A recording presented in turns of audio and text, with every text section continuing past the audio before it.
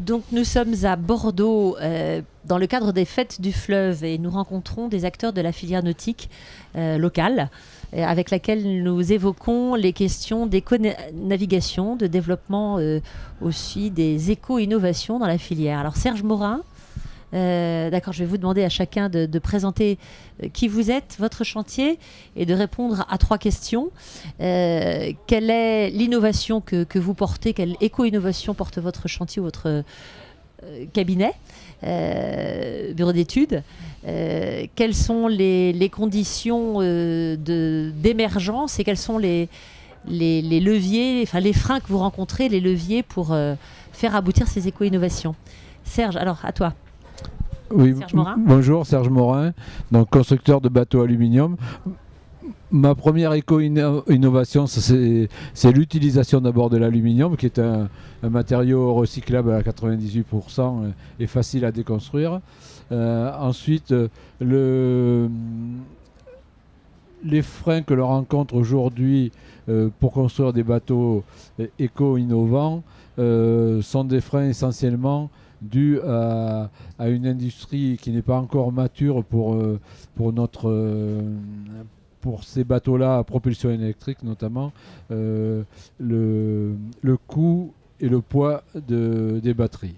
Aujourd'hui, c'est ce qui est très pénalisant sur ce type de bateau parce que d'une manière globale, on augmente les budgets de l'ordre de 30 à 40%. Et quels seraient les leviers pour lever ces freins? Après, c'est le nombre, c'est le développement aussi des batteries dans l'industrie automobile et puis d'autres solutions comme les piles à combustible également qui existent aujourd'hui. Tout existe aujourd'hui. Simplement, il faut l'adapter à notre problématique, l'espace que l'on dispose pour les utiliser et aussi la réalité économique. Merci Serge. On fait des... Voilà. Alors, Exéchiel, présentez-nous votre bureau d'études et votre cabinet, enfin je ne sais pas comment on dit. Ouais. Présentez-vous. Bon, Exéchiel Canolanza, je suis architecte naval. Mon cabinet c'est Clyde pour Canolanza Yacht Design. Je suis installé au port d'Arcachon. Donc pour moi aussi, l'innovation passerait pour trouver des solutions qui nous permettent d'utiliser les bateaux comme aujourd'hui, pas forcément changer les habitudes des usagers en termes des vitesses dans les bateaux, mais que cette utilisation soit moins nocif, moins polluant, et trouver des solutions autour de l'électrique bien sûr. Aujourd'hui on se confronte au problème des poids dans les batteries et des coûts quand on passe à une solution électrique.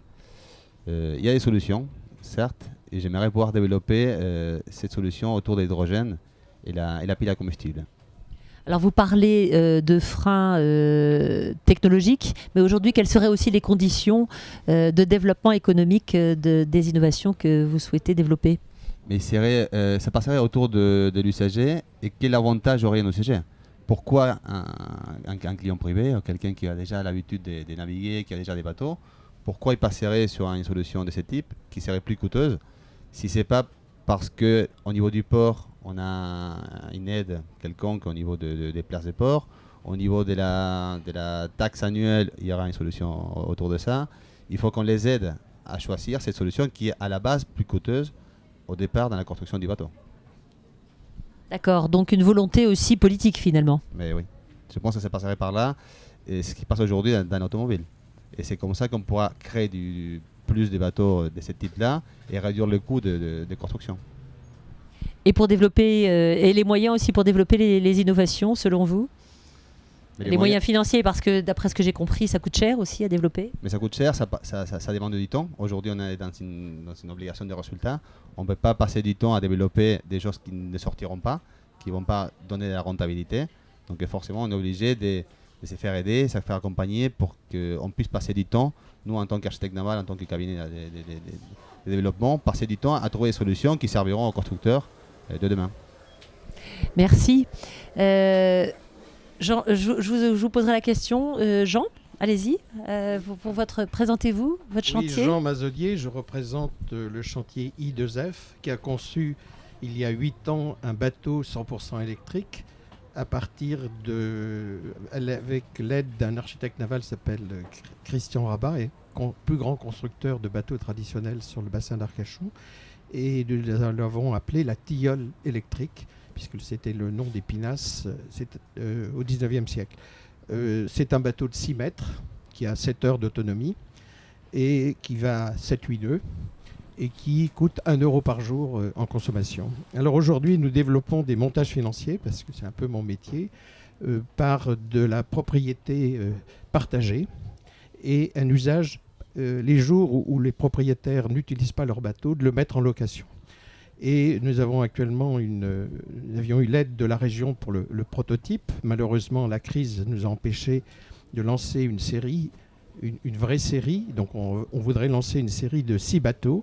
Et nous sommes adressés au ministère de l'écologie et de l'environnement qui nous a envoyé sur l'ADEME et le secrétariat d'État au transport pour que le bateau électrique soit traité comme la voiture électrique, c'est-à-dire avoir une aide pour l'acheteur de l'ordre de 20% du bateau. Notre tilleul coûte aujourd'hui autour de 50 000 euros, donc on aimerait avoir une prime électrique pour l'achat de tout bateau de 10 000 euros. Et si on peut lancer cette idée au niveau du bassin d'Arcachon, mais l'étendre, je dirais, à toute la France, Catherine, on aurait déjà fait un grand pas.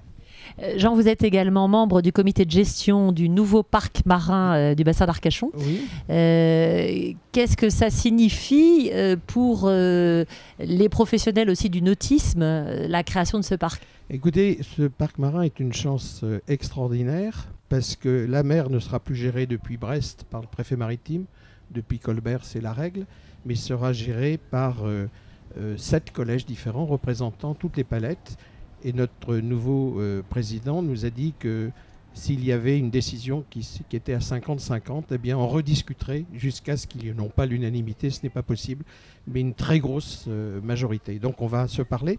La directrice qui a été choisie ces dernières semaines arrive le 15 juin, laissons-la souffler, mais dès septembre, on va, je pense, tous ensemble, ceux qui sont là aujourd'hui, on va aller la voir et on va lui dire quel futur bateau pour le bassin d'Arcachon. Je rappelle que le bassin d'Arcachon, c'est le plus grand port de plaisance de France, 14 000 bateaux, la moitié dans des ports, l'autre moitié sur des corps morts, et qu'il y a un problème de renouvellement de cette flotte.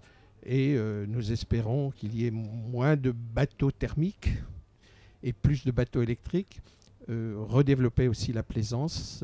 Et donc, actuellement, les gens les navigateurs sur le bassin d'Arcachon respectent le bassin, à part quelques fous, mais les amendes qui ont été faites ces 3 dernières années ont calmé les ardeurs. Aujourd'hui, le bassin d'Arcachon, on est à 20 nœuds.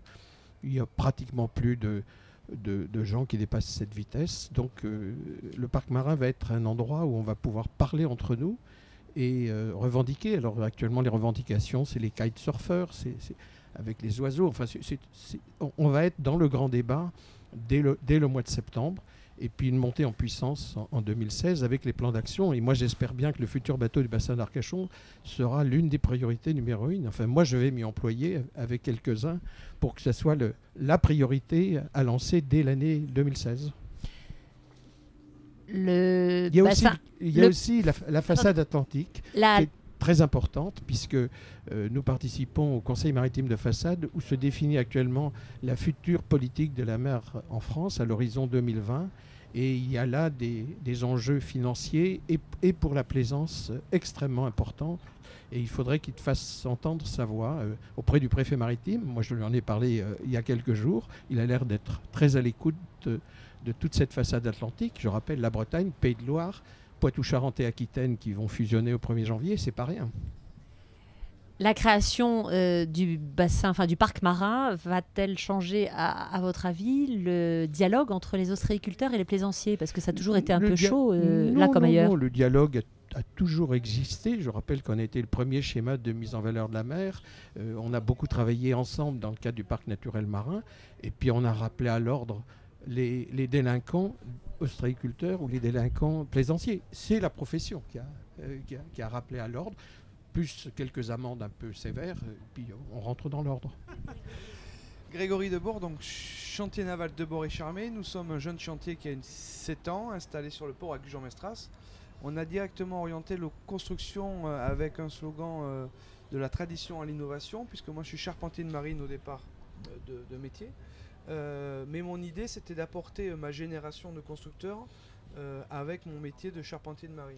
Donc d'y amener tout un tas d'innovations qui aujourd'hui, de ma vision, est un peu le problème de la construction navale, c'est qu'elle n'a pas avancé à la vitesse où le bâtiment, pour faire une parallèle, a avancé. Donc on a des matériaux qui sont très en retard, et nous on a fait l'effort de lier beaucoup de points techniques sur nos constructions. On a fait 40 bateaux aujourd'hui, un peu plus de 40, pas mal de bateaux à passagers avec des propulsions 100% électriques, hybrides, sur des supports ligne d'arbre, hors-bord, Z-Drive et d'autres supports. Et on a aussi orienté nos constructions sur le matériau lui-même, c'est-à-dire le bois, qui est le matériau, qui est mon matériau de départ et que je ne veux pas abandonner. Donc mes bateaux ont une logique de construction autour du bois. Le composite, qui est un matériau aujourd'hui inévitable pour la construction navale. Et on a aussi lié le jute avec Corentin sur l'association Gold of Bengal, où on a développé le premier bateau de fabrication en jute infusée, puisque nous, dans le chantier aussi, on a mis l'infusion, c'est-à-dire la migration de résine sous vide, sur des moules perdus, ce qui ne se fait pas d'habitude, puisque c'est fait sur des moules bien définis. Donc on a réalisé tout ça. Aujourd'hui on est content. Sur la partie professionnelle, on arrive à faire développer les innovations, on arrive à les facturer en fait. Parce que le professionnel, il s'en sert d'arguments, il s'en sert d'outils, donc il y trouve une rentabilité. Mais sur la partie plaisance, c'est aujourd'hui le gros problème, c'est comment intégrer le surcoût de l'innovation sur ces bateaux qui n'ont pas de rentabilité clairement. Donc c'est toujours un surcoût de plus pour le plaisancier. Donc je pense que la solution, elle est une aide de l'État, non pas pour le constructeur, mais vraiment pour le client lui-même qui va acheter le support, parce qu'il va avoir l'envie du coup de faire le choix entre celui-ci ou celui-ci, s'il est un peu sollicité par une aide. Et après, nous les constructeurs, nous devons nous rassembler sur un point commun, c'est-à-dire faire en sorte que les dossiers évoluent le mieux possible, pour que chacun dans son secteur y amène les innovations, ou tout au moins y apporte les innovations au cœur de notre métier. Je pense que la clé elle sera là, et c'est tout le travail de l'industrie nautique qui aujourd'hui n'est pas regroupée en tant que telle sur ce type de projet. Comment la CCI de Bordeaux voit l'avenir de la filière nautique sur la région, au regard des enjeux climatiques, au regard des enjeux environnementaux, au regard bien évidemment des enjeux économiques? Bien, je rebondirai sur les propos de Grégory Debord tout à l'heure. Effectivement, certains chantiers locaux sont sensibilisés par la problématique de l'éconavigation. Néanmoins, on comprend que le principal frein à tous ces projets est un frein économique. J'ajouterai également qu'il doit y avoir un autre frein qui est l'information à recueillir auprès des autorités, des institutions, aussi bien nationales qu'européennes, dont on a parlé tout à l'heure. Et là, je pense qu'effectivement, des efforts de mutualisation pour recueillir ces informations seraient nécessaires pour l'ensemble de la profession localement. On a l'impression, tant au niveau national, enfin local qu'au niveau national, que tous les acteurs économiques de la filière ne croient pas à l'avenir économique justement des éco-innovations. Moi, c'est l'impression que ça me donne. Qu'en pensez-vous? Effectivement, si on doit généraliser, on pourrait dire, et c'est l'impression que ça peut donner, que ça n'est pas une filière qui se sent mobilisée, mais on trouve quand même au sein de cette filière et localement des entreprises qui sont très fortement mobilisées et qui croient justement en l'avenir de cette filière vue d'une autre manière. Oui, il y a éventuellement aussi des freins administratifs et des freins économiques. On évoquait tout à l'heure les incitations fiscales. Est-ce que vous pensez que c'est l'un des meilleurs leviers, ou est-ce que c'est éventuellement aussi la volonté politique tant au niveau des fédérations professionnelles que des élus locaux? Des incitations fiscales, c'est une chose, mais ça n'est pas les incitations financières. Et aujourd'hui, ce qu'ont besoin les entreprises, c'est de la trésorerie pour pouvoir développer ces innovations. On parlait avec Ézéchiel tout à l'heure d'un investissement de 6 millions d'euros pour des petites entreprises qui sont le noyau de l'industrie nautique locale. C'est totalement disproportionné aux capacités qu'ils ont. Mais bon, on parlait du projet dont nous avons travaillé il y a quelques années. On a imaginé des solutions autour de l'hydrogène en utilisant des piles à combustible.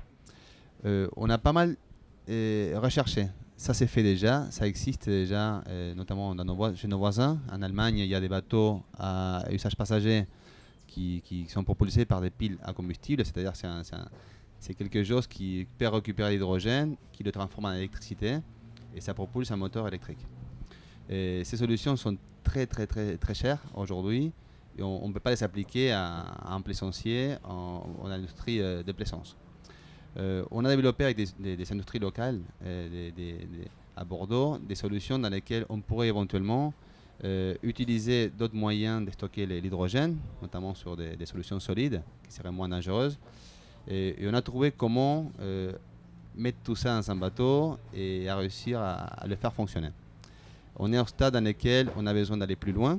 Pour aller plus loin, on a besoin de travailler et passer des heures et investir sur des prototypes.